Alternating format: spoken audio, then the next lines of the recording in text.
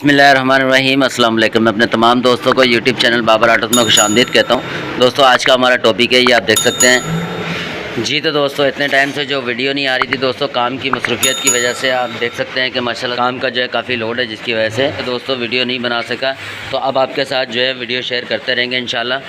अब आपके सामने ये आप देख सकते हैं कि एक 70 है, 2015 का मॉडल है दोस्तों। इसको हम हाफ़ रिस्टोरेशन कर रहे हैं।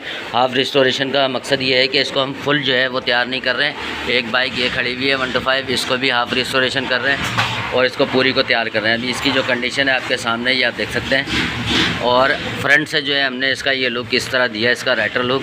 इसको जो है इस तरीके से हम तैयार कर रहे हैं और अभी इंशाल्लाह जब ये पूरी तैयार हो जाएगी तो इसका रिव्यू भी बहुत जल्द मैं अपलोड कर दूँगा। दोस्तों रिम जो है ये आपके सामने है, ये बैट कर दिया ब्लैक इसको, और लोगों को जो है दोस्तों ये कुरुम का टच दे रहे हैं। इसके अलावा ये आप देख सकते हैं, इसको पूरी को मुकम्मल को तैयार करके इंशाल्लाह इसका रिव्यू बहुत जल्द आपके साथ शेयर करेंगे। जब तक के लिए इजाज़त दीजिए, मिलते हैं नई वीडियो में। अल्लाह हाफिज़।